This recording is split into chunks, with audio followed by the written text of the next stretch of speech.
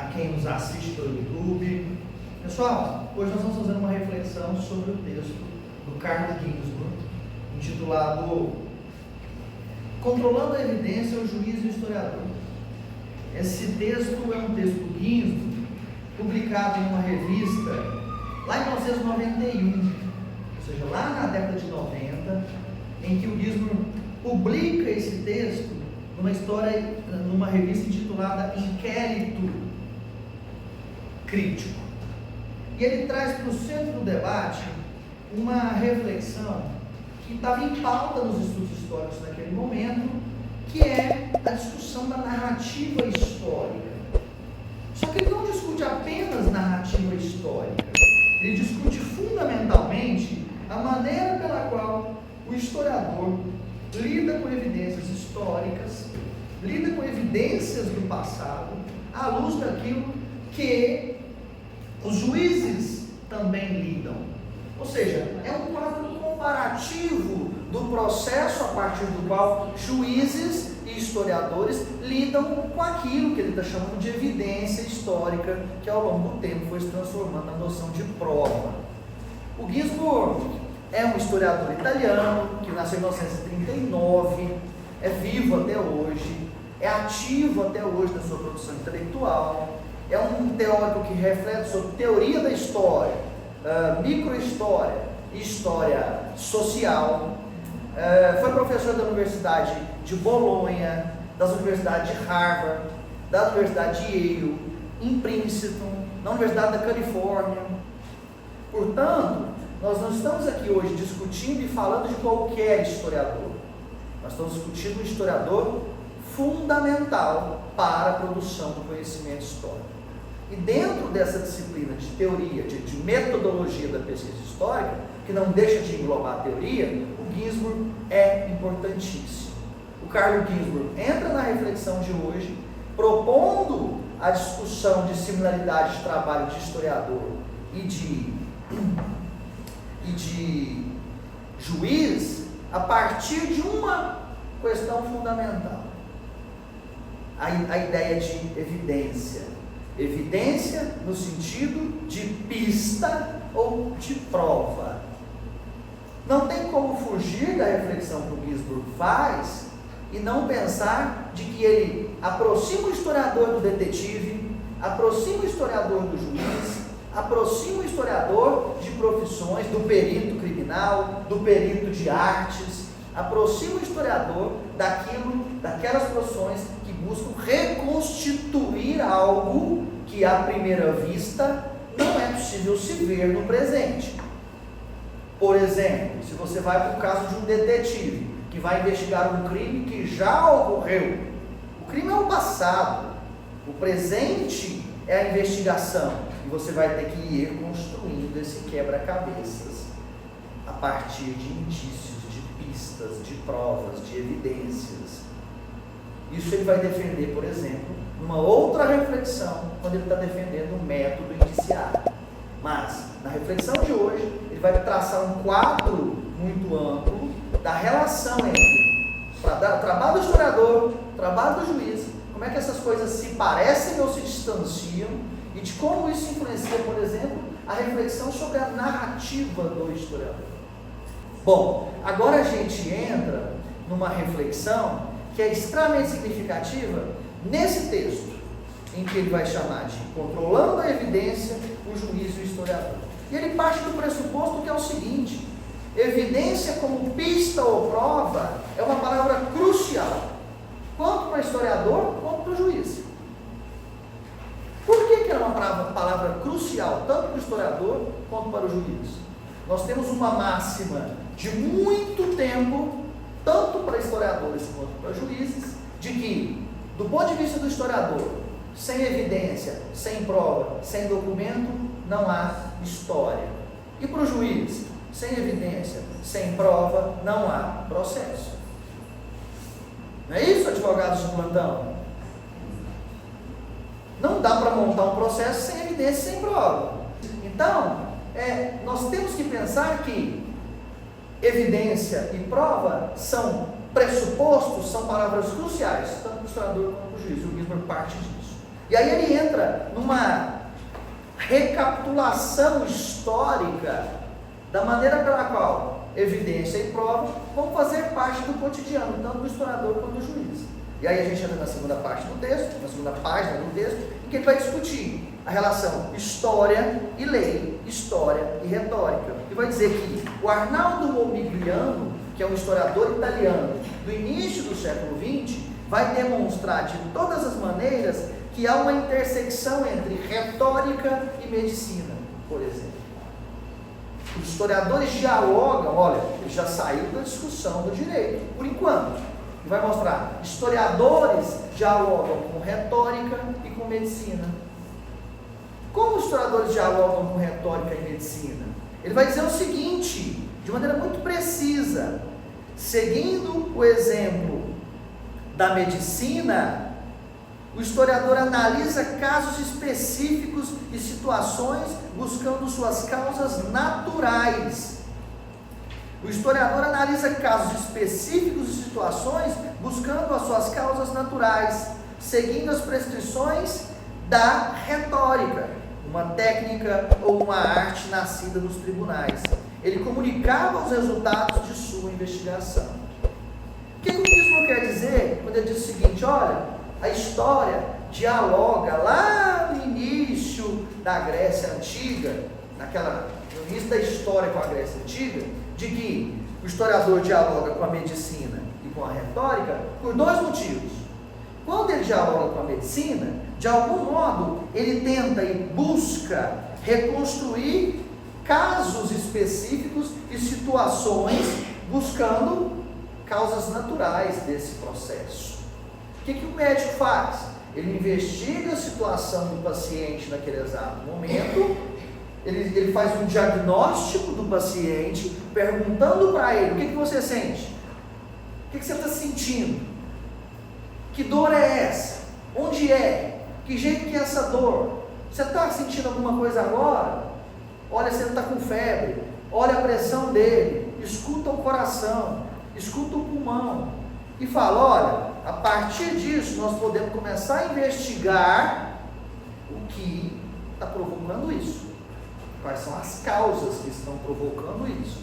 E aí o médico vai lá e te prescreve uma série de exames, que aí já não está mais na mão dele, tá? Aí vai ter que aguardar os exames para fazer o diagnóstico do que aquele paciente tem. O historiador busca respostas para um momento histórico específico a partir da investigação do que promoveu aquele momento histórico.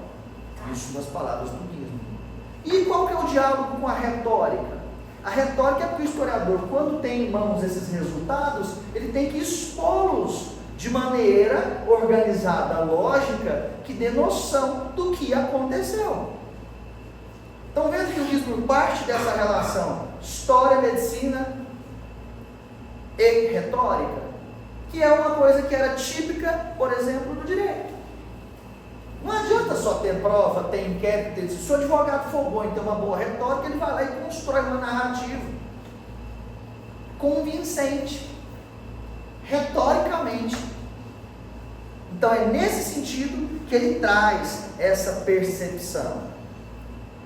E aí ele continua a sua reflexão apontando o seguinte: na tradição clássica, a escrita da história e da própria poesia tinha de trazer uma marca que os gregos chamavam de energeia, e depois os romanos vão chamar de evidência na narração.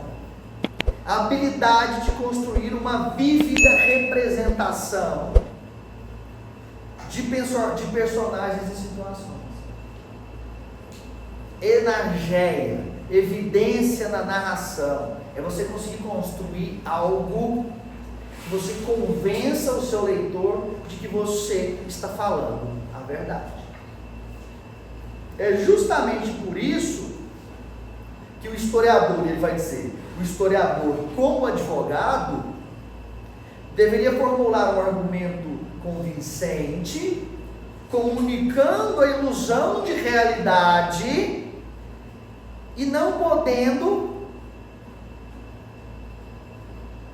se eximir da exibição de provas. O que o historiador faz?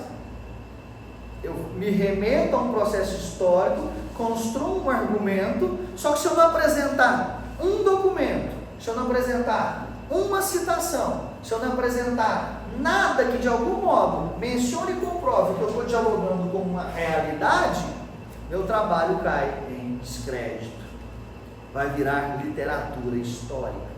E ele prossegue o texto trazendo uma outra coisa que é importantíssima.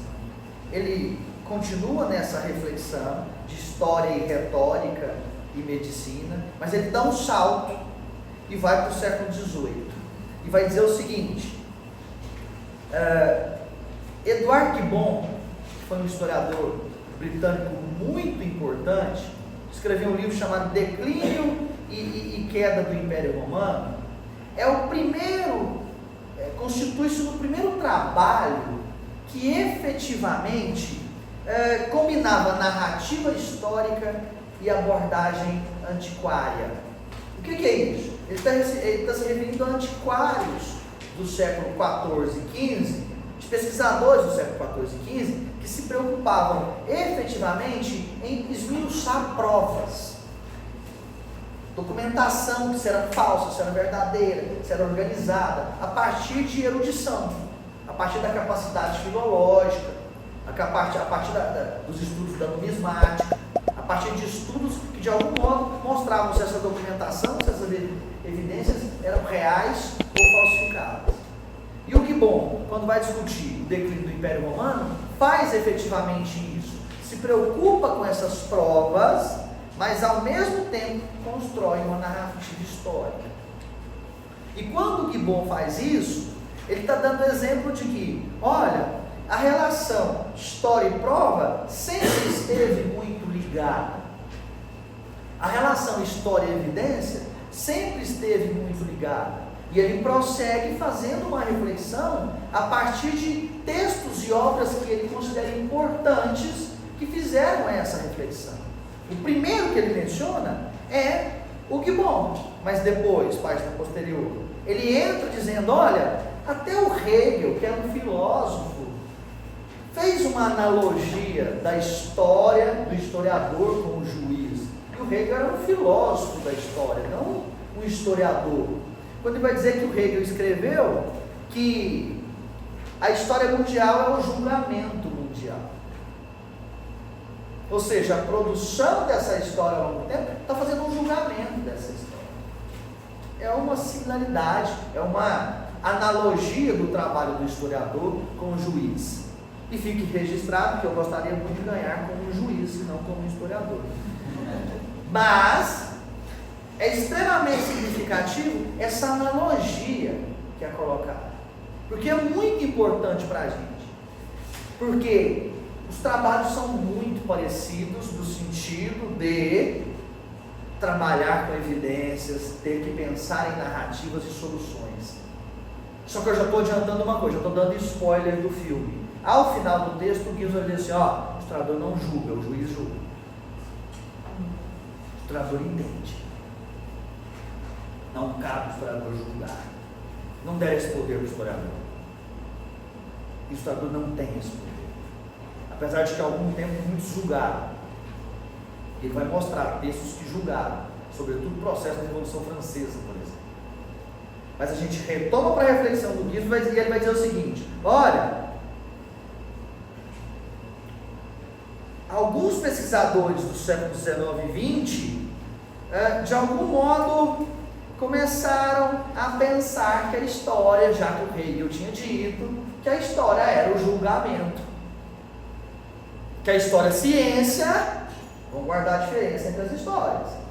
Que a história é ciência, Gesta, era o julgamento da história, ação ao mesmo tempo, história. Ele vai dizer, olha, a história ciência pode ser o tribunal das ações dos homens no tempo. A partir da reflexão do Hegel, isso fica bem claro. Ele vai mostrando os historiadores que fizeram isso, vai mostrando os pesquisadores que fizeram isso. Vai dizer, olha, vai ter uma tradição de pesquisas fundamentadas nessa relação história e julgamentos. E essa tradição de pesquisa é extremamente fundamentada nos discursos judiciários, de políticos e morais, de condenações e de absolvições ao longo do tempo. Os próprios historiadores vão se interessar muito por processos judiciários, processos jurídicos, processos judiciários, vão entender determinadas coisas na história. E isso é muito importante, porque ele vai demonstrando essa similaridade e depois vai chegar no final e falar, ó, mas tem diferença.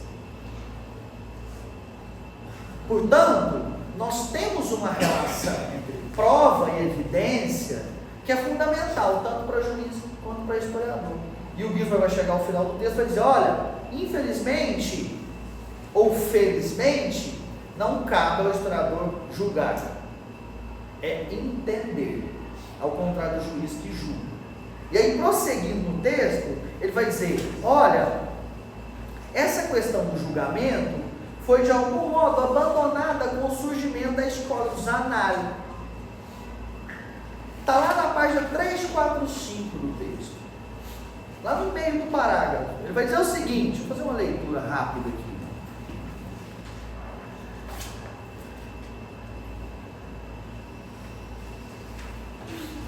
Como em um negativo fotográfico reconhecemos os slogans, como em um negativo fotográfico reconhecemos os slogans invertidos dos anais de história econômica e social. O periódico iniciado por Mark Bloch e Lucien Febvre em 1929, a rejeição à chamada história acontecimental e a ênfase nos menos evidentes, mas mais profundamente significativos fenômenos históricos. Sem causar muita surpresa, no livro não terminado de Bloch, sobre o método histórico, encontramos a seguinte ironia: Robespierristas, anti-Robespierristas, pelo amor de Deus, diga-nos simplesmente quem foi Robespierre. Acossado pelo dilema, julgar ou entender, Mark Bloch não hesitou em preferir o último. O que ele quer dizer com isso? Defensores de Robespierre, aqueles que atacam Robespierre, eu não quero saber o julgamento que vocês têm a respeito dele. Eu quero saber efetivamente quem foi ele. Quais foram os seus atos? Portanto, não cabe o historiador a julgar, cabe o historiador entender o processo histórico. E você entende o processo histórico a partir do momento em que você faz um recuo ao processo histórico, investiga o modo pelo qual esse processo histórico foi desencadeado, com os eventos, com as ações, com os homens, com o cotidiano, com o imaginário, com tudo aquilo que influenciaram as ações dos homens naquele tempo, a partir de crítica da documentação, que é pautada em um problema de pesquisa, e esse problema de pesquisa é que vai nortear toda a sua pesquisa. Qual é o seu problema? Quando eu perguntar para vocês, não é de ordem psicológica, o problema é, qual é o seu problema de pesquisa? O que você quer investigar? O que efetivamente você quer investigar? E esse problema tem que ficar muito claro para você e para quem você está contando qual é o seu trabalho. Quando as pessoas te perguntam, o que você pesquisa? Geralmente, quando a gente é neófito no assunto, a gente chega lá e fala assim, eu estou pesquisando o tema tal. Só que aí você está meio vago, não está sabendo o que é seu objeto de pesquisa. Você não tem nenhum problema ainda de pesquisa bem formulado na cabeça, você vai para o tema. Que ao fim dos 2 anos, você vai perceber que eu não sabia nada do que você queria. E é nesse sentido que nós temos que entender essa proposição do Mark Bloch.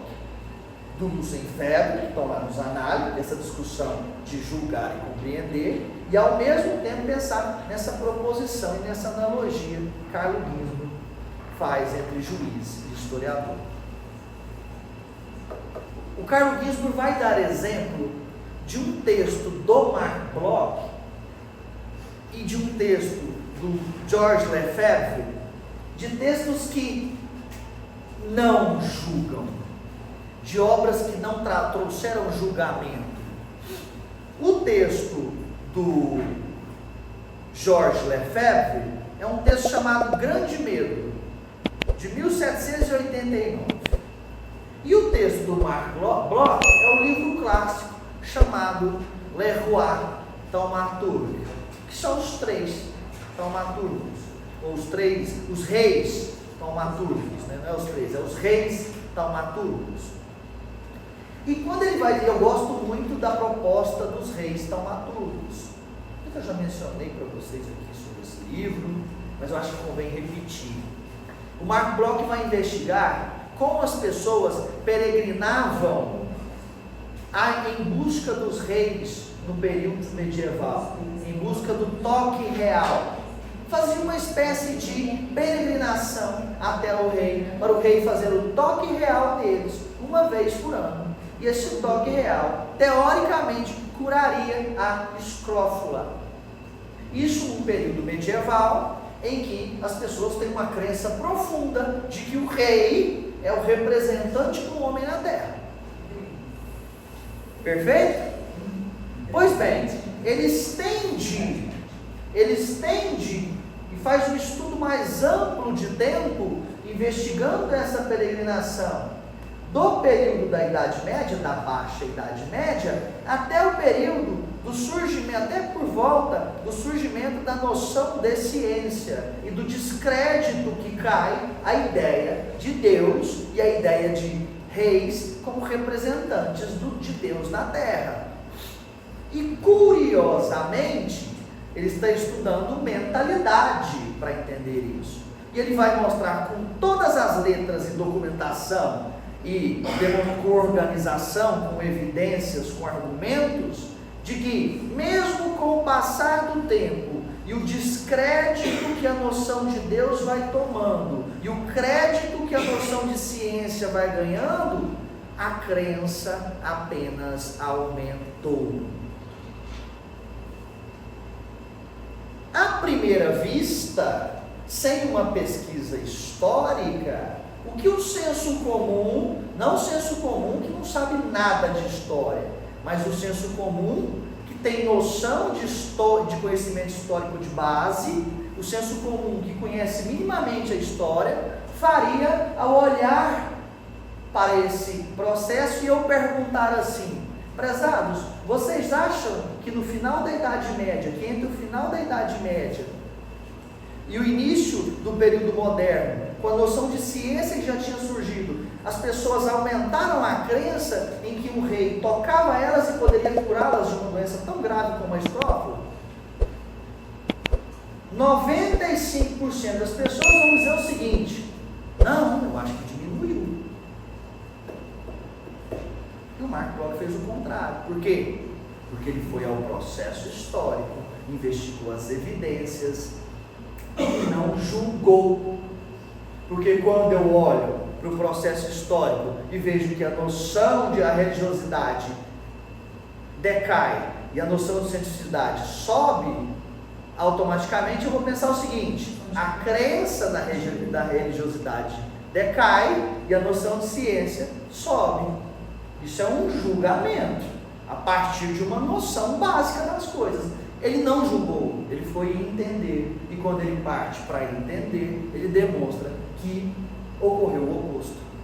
Retomando a reflexão que a gente estava fazendo, nós retomamos no seguinte sentido: pensar a partir da proposta do Marc Bloch, já nos análises, na década de 20, nas décadas de 20 e 30 do século 20, a maneira pela qual os historiadores propõem não julgar, e sim entender o processo histórico. Já mencionei para vocês a proposta do Marc Bloch sobre os reis taumaturgos, E agora a gente entra na discussão que o Guizmo faz no item 2 do texto, quando ele vai, de algum modo, discutir a ideia de evidência e realidade, e dizer que nos últimos 25 anos, ele está escrevendo esse texto em 1991, e ele está escrevendo o seguinte: cai em desuso a noção de prova ou mesmo de verdade nas ciências sociais. Começa a se pensar que esse era um resquício positivista de trazer a documentação como prova da realidade social. Isso se une àquela reflexão que a gente já fez, está no card aqui em cima, sobre a reflexão do Jacques Legoff, de documento, monumento.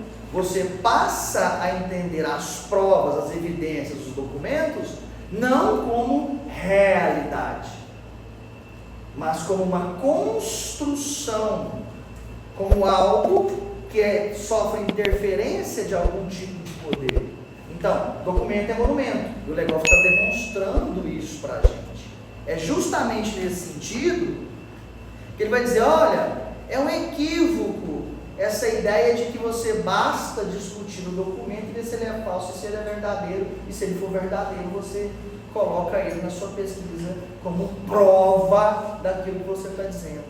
É necessário agora fazer críticas a ele, questionar os motivos pelos quais ele foi produzido, questionar o modo pelo qual ele foi produzido, questionar a maneira pela qual ele chegou até você, questionar por que o interior, o conteúdo dele foi produzido. E aí ele vai chamar, ele vai dizer: olha, isso desembocou para um outro caminho que também não era legal, o chamado antipositivismo, ou que ele vai chamar de, é um positivismo invertido. Sabe por que ele vai chamar de positivismo invertido? Ele não usa esse termo, mas eu quero usar esse termo. Ele vai dizer que há uma crítica ao positivismo que vai se tornando relativismo. E isso é super perigoso para os estudos históricos, na medida em que o relativismo mantém a mesma lógica do positivismo, só de forma invertida. Por que mantém a mesma lógica do positivismo? Porque o positivismo partia da ideia de que verdade e evidência estão juntas. Se você tem a evidência, logo você tem a verdade. O antipositivismo parte da ideia de que você tem a evidência e a verdade, só que a evidência, na verdade, não chega a demonstrar a verdade. Com uma frase boa. Ou seja, o positivismo e o antipositivismo partem da mesma relação, verdade e evidência. Partem da mesma relação, verdade e evidência. Só que um diz que com evidência se chega à verdade, e o outro diz que com evidência não se chega à verdade. Ambos têm a verdade como parâmetro, ambos têm a evidência como meio de se chegar à verdade. Ou contrário, nós jogamos água da bacia com o bebê. Vamos manter a calma e vamos partir pelo meio termo. E esse meio termo é explicitado por ele num trecho muito importante que ele vai mencionar. Página 348, meio do parágrafo. Ele vai dizer o seguinte: uma evidência histórica pode ser tanto voluntária, um crânio, uma pegada, despojos de comida, quanto voluntária, uma crônica, um ato notorial, um garfo. Mas em ambos os casos, um paradigma interpretativo específico é necessário, devendo ser relacionado a um código específico, segundo a qual a evidência se constrói. As evidências de ambos os tipos podem ser comparadas a um espelho produtor de distorções. Se uma ampla análise da distorção, que lhe é inerente, uma reconstrução histórica correta é impossível. Mas essa afirmação deve ser lida também em sua contrapartida. Uma leitura puramente interna da evidência, sem nenhuma referência à sua dimensão referencial, é igualmente impossível. A grande falha de François Hartog é instrutiva. Reconstruir a representação do outro, consumada por Heródoto, somente a partir dos textos do próprio historiador, tem se provado objetivo incansável. Ele está mencionando um livro chamado O Espelho de Heródoto, produzido pelo historiador François Hartog, em que o Hartog estuda os textos do Heródoto para entender as pessoas de determinado período, citas. Ou seja, não adianta estudar só a evidência, investigar só a evidência. É preciso investigar o que gerou a evidência, a referência da evidência. Tem que se fazer aquilo que a gente chama todo dia de crítica interna e de crítica externa. Ao mesmo tempo, ele continua e diz: a injunção em voga de estudar a realidade como texto deveria se somar à advertência de que texto nenhum pode ser entendido sem uma referência a realidades extratextuais. Em suma, meus caros e minhas caras, estudo da evidência não só por ela mesma, mas aquilo que a circunda e as relações que ela pode estabelecer, e outras evidências daquele mesmo período histórico. Porque é fundamental entender esse processo de desenvolvimento da discussão do texto histórico, da noção de discutir com os textos, discutir com a documentação, discutir com as evidências. Essa disciplina chama metodologia, não é à toa. Ela trata dessa relação nossa com a documentação e com a teoria, lógico. Mas nós temos que saber e entender de que modo lidamos com a documentação. E o Ginsburg vai fazer uma outra coisa interessantíssima, de que as análises das representações sociais, isso está na página 349, não podem de maneira alguma deixar de dialogar e pensar o princípio da realidade. O historiador não pode abdicar do princípio da realidade. Mesmo que nós sabemos que a realidade é inatingível, nós temos apenas evidências, indícios, documentos dela. Porque o nosso papel é reconstituí-la, é construir uma representação dela.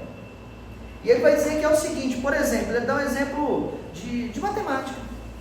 Está aí no último parágrafo, vai dizer o seguinte: logo, podemos concluir que as tarefas do historiador e do juiz implicam a habilidade de demonstrar, segundo regras específicas, que X fez Y, sendo X designado ator principal, ainda que não nomeado, de um evento histórico ou de um ato legal, e Y qualquer tipo de ação.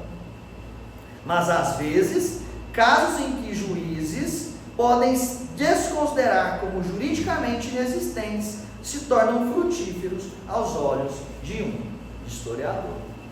Ou seja, o ator é o X, a ação é o Y.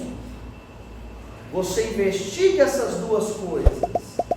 Do ponto de vista do juiz, ele pode desconsiderar que essas ações foram inexistentes. O historiador tem que investigar essas ações. E o Ginsburg traz isso para o centro do debate, essa relação historiador e juiz. E ele entra, de fato, a partir do item 3, numa outra reflexão que é fundamental para a gente. Quando ele vai dizer que juízes e historiadores têm, segundo uma tradição, objetivos amplamente divergentes. Nós sabemos disso. julga, o outro tem que entender. Por mais que ele tenha mostrado que ao longo da historiografia, alguns historiadores quiseram julgar e foram pelo caminho errado. E aí ele passa a fazer uma reflexão sobre exemplos de biografias históricas de alguns pesquisadores fizeram e que de início não eram consideradas escritas históricas, mas que com o passar do tempo foram passando a ser importantes como escritas históricas para os historiadores. Passaram a ter uma relevância. Está na página 350 do livro. E aí, ele vai mencionar uma coisa muito interessante, que é um livro do Michelet, historiador francês do século XIX. Ele vai falar o seguinte, página 350, última linha. O mesmo mecanismo narrativo foi usado por Michelet em sua primeira parte de A Bruxa, de 1862. As transformações, bem como as continuidades escondidas da bruxaria medieval, foram expressas por uma mulher, a bruxa, agindo por meio de uma série de acontecimentos que de fato perduraram por séculos. E aí, quando ele diz isso, é interessantíssimo perceber o que ele vai dizer mais abaixo, para a gente fazer um comentário. Ele vai dizer o seguinte, mais abaixo um pouquinho. A mistura de biografia imaginária e documentos autênticos deu aos historiadores a oportunidade de superar um triplo obstáculo: a irrelevância do tema, campesinos, bruxas, segundo os critérios tradicionais, a ausência de evidências e a ausência de modelos estilísticos de narrativa sobre isso. Algo similar também aconteceu depois do triunfo da cristandade, quando a emergência de novos tipos humanos, bispos, santos, santas, inspirou tentativas de remodelar velhos modelos biográficos, tanto quanto de criar novos. Ou seja,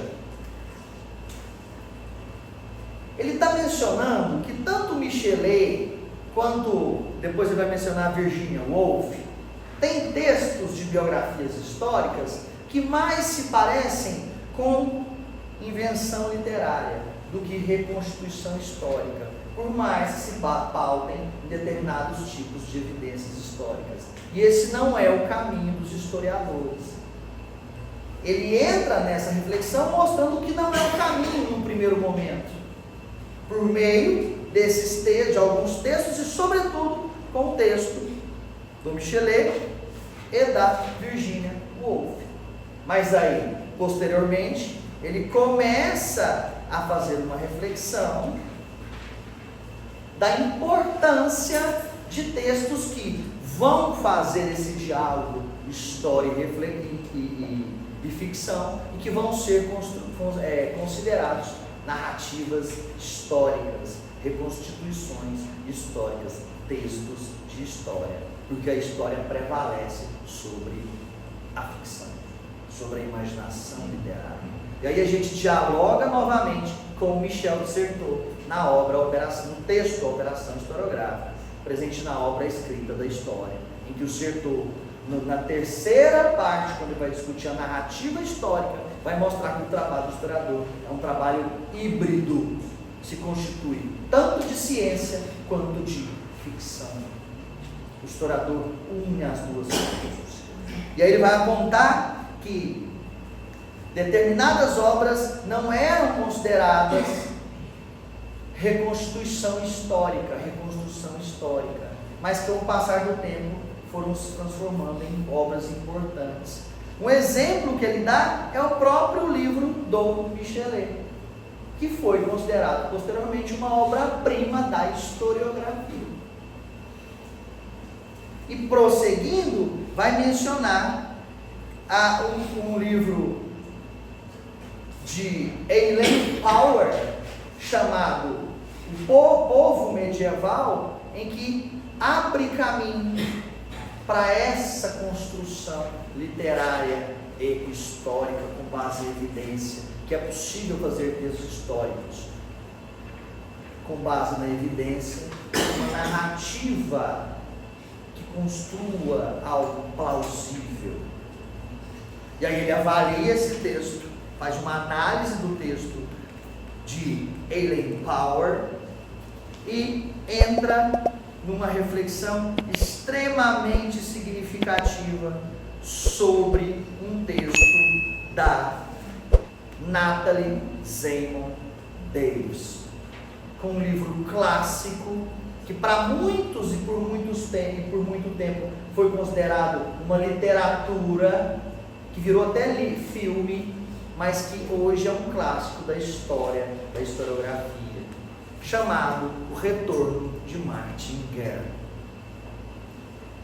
E esse livro dela deu origem ao filme de 1982, para quem não conhece o livro, deu origem a um filme de 1982, que fala, retrata, representa o século XVI, que é dirigido pelo Daniel Villeneuve e tem como ator principal Gérard Depardieu, aquele ator clássico francês.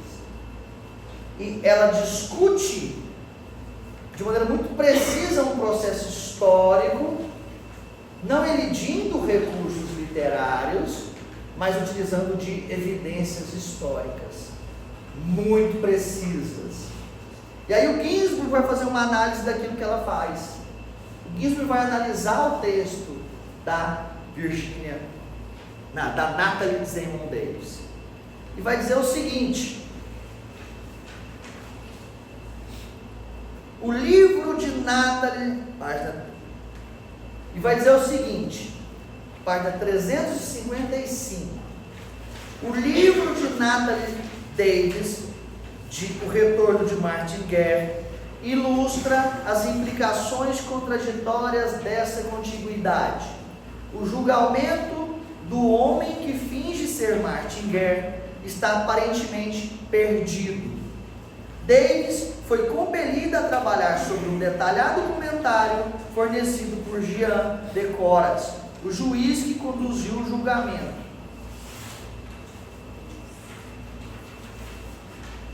E aí ela vai dizer, e aí mais adiante ele vai dizer o seguinte, mais adiante vai ficar muito claro a proposta que ele quer expor, o que ela fez. Ele vai dizer o seguinte: em vez de afastar no modo indicativo as aproximações que ela produziu para preencher vazios de documentação, Davis dá ênfase a esses vazios usando condicionais ou expressões como talvez e pode ter havido, podendo comparar sua abordagem às técnicas de restauração da arte antiga, como Rigatino, no qual as lacunas da pintura são enfatizadas por finos traços em vez de dissimuladas pela repintura, como se estivessem no passado. O contexto, visto como espaço de possibilidades históricas, dá ao historiador o ensejo de integrar a evidência, muitas vezes feita de fragmentos e dispersos, sobre a vida de um indivíduo. Nós, obviamente, estamos muito distantes da perspectiva de um juiz. Percebam, meus caros, o modo pelo qual ele interpreta a obra da Natalie Zemon Davis e propõe que a estrutura textual que ela arma, o modo pela qual ela propõe suprir lacunas na documentação, são recursos literários que um juiz não pode utilizar. Então, nós, curadores, nos distanciamos nisso também. Nós nos utilizamos de provas, mas nós não podemos nos furtar de algum modo, construir uma sequência lógica que as provas não demonstram, mas que eu posso construir a partir de argumentos com base em uma outra documentação, com base em uma perspectiva histórica. Eu já dei exemplo para vocês aqui de, por exemplo, se vocês virem, se deslocarem de um lugar ao outro, se você tem a documentação do lugar de qual você saiu, não tem a documentação do processo do seu deslocamento, mas tem a documentação de onde você chegou, e se isso foi no mesmo dia, com um espaço de tempo interessante que deu tempo para chegar, qual é a lógica histórica dizer? Provavelmente essa pessoa saiu deste lugar e foi para este. O historiador tem essa condição de suprir essa lacuna da documentação. O juiz não faz isso. O Carlo Ginzburg continua desenvolvendo a sua perspectiva, a sua análise da obra da Zenon Davis, e vai dizer o seguinte: olha, o objetivo específico desse tipo de história, tal como a obra da Natalie Zenon Davis, que é sobre o retorno de Martin Guerra, de algum modo é um tipo de pesquisa histórica que deve partir, e aí ele está dando uma dica de pesquisa para a gente, deve partir da reconstrução do relacionamento entre as vidas individuais e os contextos nos quais elas se desdobram. O que ele está dizendo? Não existe sujeito histórico que você discuta sem contexto. E não existe contexto histórico sem indivíduos. É nesse sentido que ele está propondo. Faça pesquisas históricas pautadas em evidências, e essas evidências, geralmente sobre indivíduos históricos ou sobre processos históricos, não são construídas aleatoriamente. Investigue essas evidências, não julgue, entenda o processo. Essa é a diferença fundamental entre o historiador e o juiz. E ele finaliza citando, ele começou com ele e finaliza com ele, citando o pesquisador e historiador italiano Arnaldo Momigliano, lá no item 5, que diz que ele toca num ponto fundamental.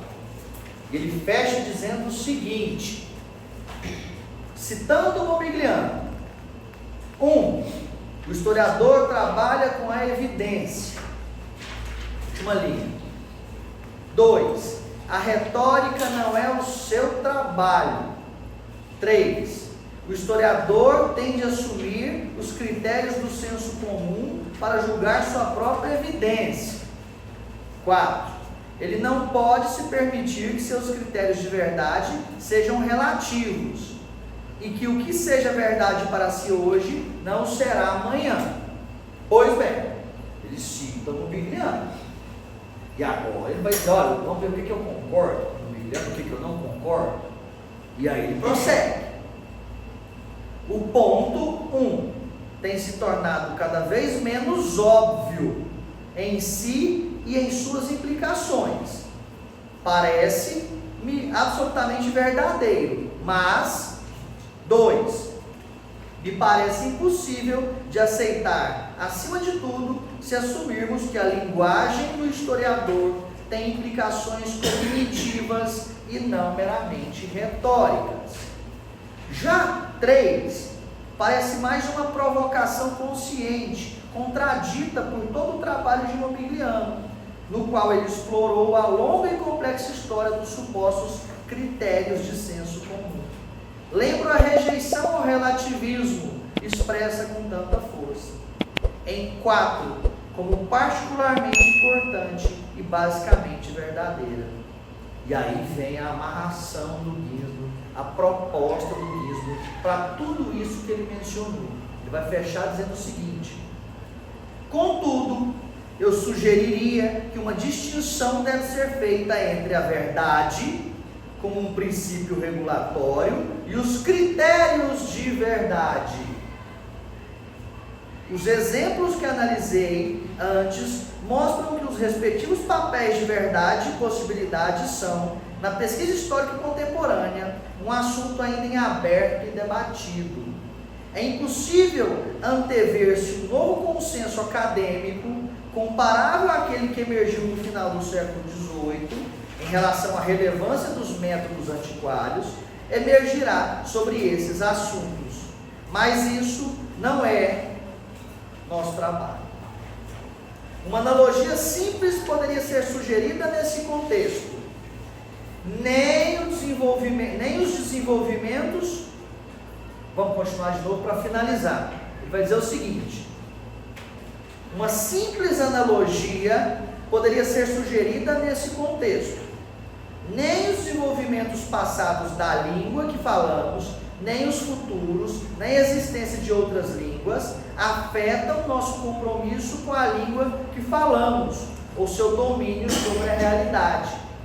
Tradutibilidade e relativismo não são sinônimos. Grosso modo, meus caros e minhas caras, ele está dizendo o seguinte: não é porque eu estou traduzindo algo que é de uma referência, de uma evidência, que eu estou de algum modo relativizando-a.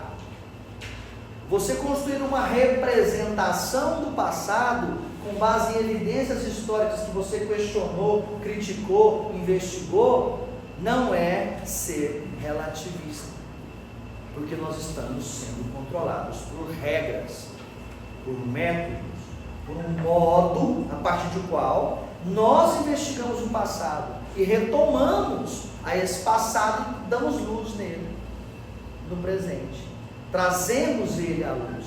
Portanto, juiz e historiador se aproximam em alguns momentos dos seus modos de agir, mas o historiador não julga, entende, e o juiz julga. A partir disso, ele traz uma outra mensagem fundamental.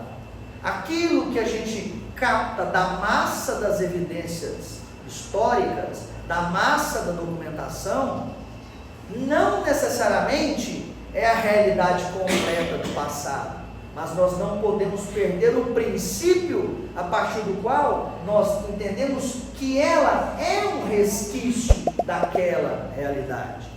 Do contrário, nós cairemos num relativismo absoluto, num relativismo que não leva a um critério de verdade aceito, a um critério de verdade que de algum modo nos dê a história como referência do passado para o presente, para a projeção de futuro. Enfim, é com essa frase que eu termino a aula de hoje. Para vocês e para um público daqui a 10 anos no YouTube.